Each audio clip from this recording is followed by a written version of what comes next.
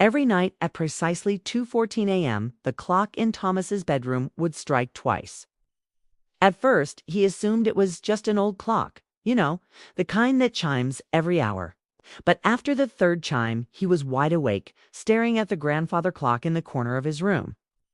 Its pendulum had long since stopped swinging. He got out of bed and walked over to the clock. Its chimes echoed through the silent house. He could hear the wind howling outside, but now there was also the sound of what seemed to be footsteps pacing back and forth in the room above him.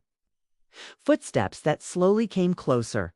Thomas went back to bed, pulled the covers over his head, and closed his eyes. When he dared to open them again, the room was dark, the curtains drawn shut. The clock chimed again, this time 3 strikes, and he heard the footsteps on the stairs.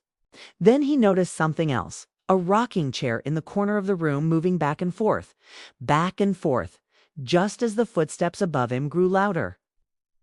Then he heard the floorboard above his bedroom give way under a heavy weight.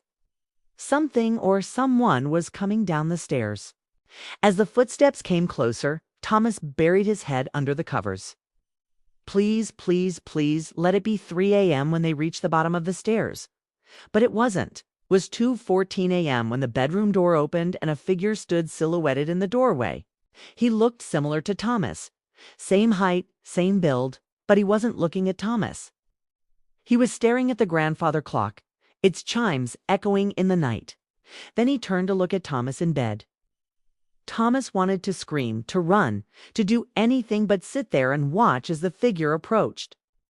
He didn't want to see what happened next, but he couldn't look away.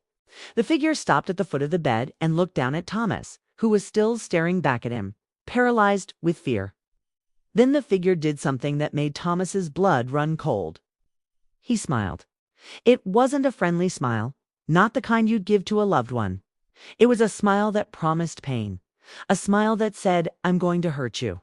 And then he lunged. Thomas screamed, scrambling out of bed as the figure advanced on him, his smile growing wider. Thomas ran for the door, but it was too late. The figure was upon him, and the last thing he saw before everything went black was the clock on the wall. Its hands frozen at 2:14 a.m.